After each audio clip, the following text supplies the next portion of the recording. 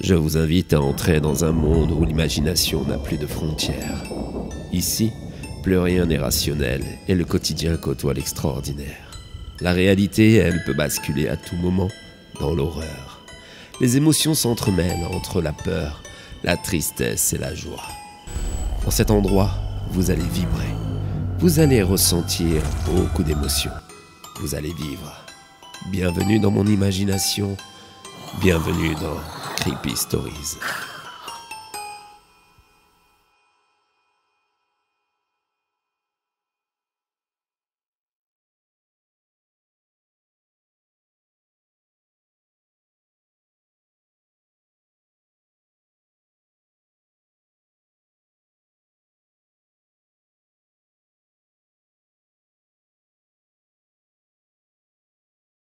La folie est le prix à payer pour le temps passé à avoir été trop longtemps lucide.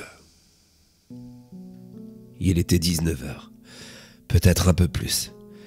Je ne sais plus. Lorsque c'est arrivé. Excusez-moi. Est-ce que je peux avoir un verre d'eau, s'il vous plaît, parce que j'en ai besoin, là. Merci.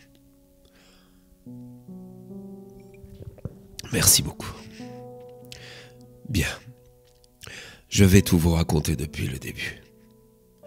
Depuis le mois d'octobre 2020, mon entreprise a décidé de nous mettre en télétravail à temps complet, sans aucune journée en présentiel, estimant qu'à sa manière, elle contribuerait à freiner la propagation de la Covid au sein du milieu professionnel. Sage décision, allez-vous me dire. Et d'une certaine manière, oui. Étant courtier en banque, le télétravail ne représente absolument pas un frein à mon activité. Tant que je possède un bon PC et une excellente connexion, je peux être tout aussi efficace à la maison qu'au bureau. De plus, mon chef étant très souple, tant que mon efficacité restait la même, je pouvais à loisir organiser mes heures de travail. Je dois vous avouer qu'au début, ça me convenait parfaitement, car ça contribuait d'une certaine manière à minimiser les risques que j'attrape cette maudite Covid-19. En effet, fini les trajets dans le métro parisien, bondé aux heures d'affluence, le contact avec les collègues dans un open space pas forcément complètement sain. Ouais, je dois le confesser, je suis un peu hypocondriaque et cette épidémie contribue à mon stress quotidien. D'autant qu'on n'entend parler que de ça à travers tous les médias. Ils ont fini par créer un climat anxiogène, à l'antipode du bien-être moral des gens. Comment voulez-vous être bien, psychologiquement parlant, dans des conditions pareilles? Au début, ça me convenait parfaitement donc. J'avais installé mon bureau dans la chambre d'amis. Par chance, nous possédons un grand appartement dans le 15e. Je n'ose même pas imaginer ceux qui n'ont pas cette chance et qui malgré tout télétravaillent dans des habitations autrement plus exiguës. Ça doit être si compliqué à gérer. Mais bon, revenons à mon histoire. J'ai donc commencé à travailler ainsi dans ce contexte. Et si au début c'était très agréable, comme je vous l'ai dit, c'est devenu très vite insupportable. Je vous expliquerai pourquoi juste après. En tout cas, la première pierre angulaire était posée. Laissez-moi donc à présent vous parler de ma femme, Mathilde. Mathilde, c'est l'amour de ma vie. On a commencé à se fréquenter alors que nous étions tous deux étudiants. On s'est rencontrés lors d'une soirée. Et très vite, on est devenus complices, amoureux, au point de ne plus jamais se quitter. On s'est mariés en janvier 2016, pour finalement enfin officialiser notre union, mais aussi pour nos 2 enfants, Léandre et Lola, qui voulaient nous voir unis par ce lien sacré. Mathilde et moi, c'est une histoire d'amour qui dure, intense, forte, quasiment aucune ombre au tableau, hormis quelques désaccords de ci de là, mais quel couple n'en a pas? Mathilde travaille en réanimation à l'hôpital Saint-Joseph. J'imagine que je n'ai pas besoin de vous en dire plus. Son quotidien est fait d'urgence, de stress, mais aussi d'effectuer des soins dans des conditions parfois catastrophiques. En un an, elle a vécu tant de choses. Des semaines complètes à bosser, partant le matin de bonne heure et ne rentrant qu'à la nuit tombée. Le quotidien des soignants n'a jamais été de tout repos. Mais la Covid-19 a grandement changé la donne. Au pire des pics de l'épidémie, ces hommes et ces femmes n'ont plus de vie. Croyez-moi, Je l'ai vu souvent rentrer épuisé, s'écrouler sur le canapé du salon, se tenir la tête entre ses mains et parfois pleurer. Pleurer de ne pas avoir pu sauver certains patients. Pleurer d'assister impuissante à ce qu'il se passe un peu plus chaque jour. Comme je vous l'ai dit, je suis un grand stressé lorsqu'il s'agit de cette épidémie, et voir le quotidien de ma tendre épouse ne m'a jamais rassuré. D'un commun accord, et pour préserver tout le monde, nous avons décidé de faire chambre à part, mais aussi qu'elle s'approche le moins possible de nos enfants, afin de les préserver. Je m'occupais d'eux, pour laisser Mathilde se reposer au mieux. Bien sûr, toutes ces précautions peuvent sembler exagérées, tant ma femme faisait tout pour éviter de nous ramener cette maladie au sein de notre foyer. Mais on n'est jamais assez prudent, n'est-ce pas? Alors on a opté pour en faire trop, plutôt que pas assez. En tout cas, la deuxième pierre angulaire était posée. Vous savez, lorsque vous travaillez beaucoup, que vous passez énormément de temps la tête dans le guidon, il vous faut parfois décompresser. Des soupapes de sécurité de l'esprit, histoire de vider le stress emmagasiné dans ce dernier. Pour ma part, j'ai plusieurs centres d'intérêt. Je faisais du sport en salle, histoire de garder un peu la forme. Je suis aussi un grand fan de jazz, et j'adorais me rendre entouré de mes amis au piano-bar non loin de chez moi. Ces soirées à écouter de la musique en excellente compagnie étaient un véritable plaisir, une libération de mon esprit. Ça faisait un bien fou, vous savez. Et puis, il y avait aussi toutes ces sorties familiales avec ma famille, avec ma femme et mes enfants. Les vacances, comme les sports d'hiver, que nous avons dû annuler à la dernière minute. Les loisirs. Tout ce qui contribue à rendre nos vies plus belles, à briser la monotonie de notre quotidien. Sans parler de la chaleur humaine des réunions familiales, des soirées entourées de nos proches. Tout ceci façonne d'une certaine manière notre état d'esprit. Sans ces moments de lâcher prise, notre psychisme est constamment sous pression. Je ne vous apprends rien en vous confirmant que tout ça nous est interdit depuis tant de jours, depuis tant de semaines. Voilà la troisième pierre angulaire. Et il ne me reste plus qu'à vous parler de la quatrième et dernière pierre. Mes enfants, comme tous les autres, ils ne sont pas parfaits, mais nous les aimons et nous tentons de les éduquer au mieux. Ces derniers mois, comme je vous l'ai expliqué plus tôt, je m'en occupe plus pour soulager Mathilde et pour les protéger aussi par la même occasion. Mais vous savez, à 8 ans et 11 ans, c'est plein de vie, plein d'envie et depuis quelques mois, plein de frustration. Imaginez donc leur quotidien, fait de gestes barrières, de port du masque, d'interdiction, à un âge où l'insouciance devrait primer. Une année d'enfance perdue, voilà ce qu'ils subissent. Comment, dans ces conditions, peut-on espérer qu'ils soient bien dans leurs chaussures? Il ne faut pas s'étonner qu'ils s'y perdent eux aussi. Imaginez que nous, adultes, nous avons déjà du mal à ne pas perdre la raison. Alors qu'en est-il de nos enfants? On ne peut pas leur en vouloir si leur comportement devient plus difficile à gérer. Après tout, on a déjà tant de mal à réguler le nôtre. Mes enfants n'échappent pas à la règle.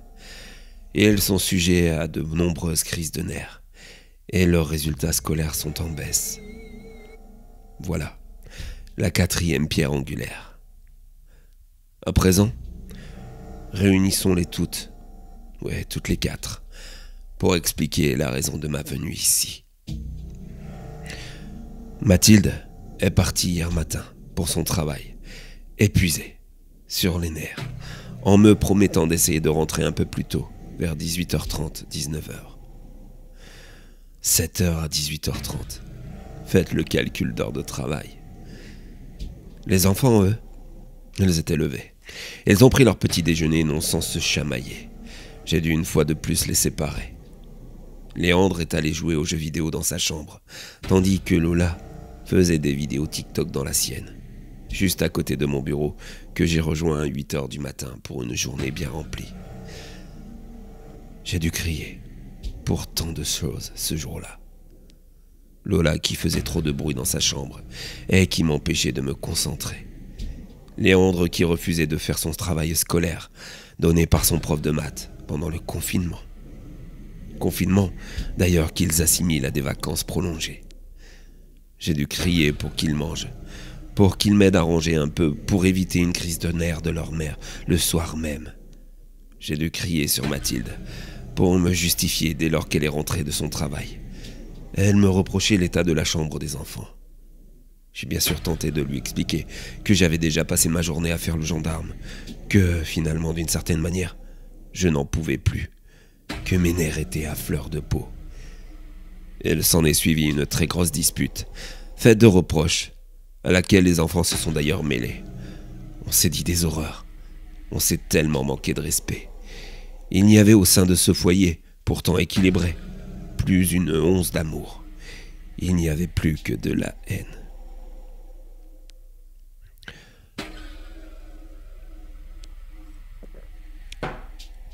Il était 19h, peut-être un peu plus, je ne sais plus, lorsque j'ai ouvert les yeux.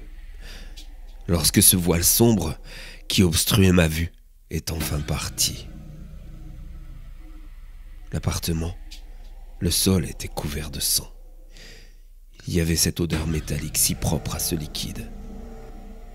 Sur le canapé, j'y ai vu Lola, allongée sur le côté droit, des plaies béantes dans son dos. À terre, Léandre avait la face contre le parquet. Il saignait abondamment de la tête. Et dans la cuisine un peu plus loin, Mathilde, qui avait la gorge tranchée. Petit à petit, je retrouvais mes esprits. Je découvrais que dans ma main droite, je tenais un couteau de cuisine, imbibé de sang. Ce couteau. Je ne me souviens de rien. J'ai perdu le fil des événements pendant quelques minutes. Comme si mon esprit s'était dissocié de mon corps et des actes que commettait ce dernier. Je sais, ça peut paraître dingue, mais je vous assure qu'à aucun moment, je n'étais conscient de l'horreur de mes faits et gestes, sans quoi je me serais arrêté. J'ai l'impression que mon esprit tout entier a bugué. Que j'ai subi, sans rien pouvoir y faire, le résultat de l'association de ces 4 pierres angulaires. Elles se sont réunies pour créer en moi une folie meurtrière impossible à arrêter. Cette folie, résultat de tant de maux de cette époque si particulière. Le combiné de toutes ces frustrations, de tout ce manque d'amour, de bonheur. Un résultat horrible, à la hauteur de ce que nous vivons. Voilà. Vous pouvez m'arrêter, inspecteur, et me jeter à vie en prison. C'est tout ce que je mérite. J'ai perdu le contrôle. Je vous assure que j'ai perdu le contrôle, mais je ne le voulais pas. Vous avez devant vous une nouvelle forme de criminel, de cette société en perdition qu'elle aura produit. Un criminel post-Covid. Quelle ironie. Moi qui avais peur d'attraper la maladie, c'est cette dernière qui m'a poussé à la folie. Mais vous savez, inspecteur, ce qui me fait le plus peur finalement dans tout ça, c'est qu'avec tout ce que nous traversons aujourd'hui, à notre époque, il y a de grandes chances pour que je ne sois pas le dernier à perdre le contrôle.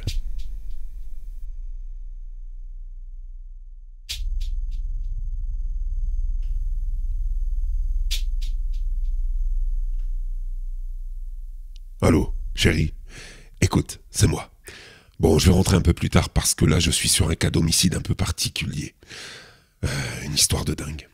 On va devoir se rendre sur place. Apparemment, c'est 2 enfants et une femme. Enfin bref, je ne suis pas prêt de rentrer. Oh, mais arrête de gueuler comme ça. Je sais que les gosses sont insupportables avec ce confinement. Mais j'y peux rien.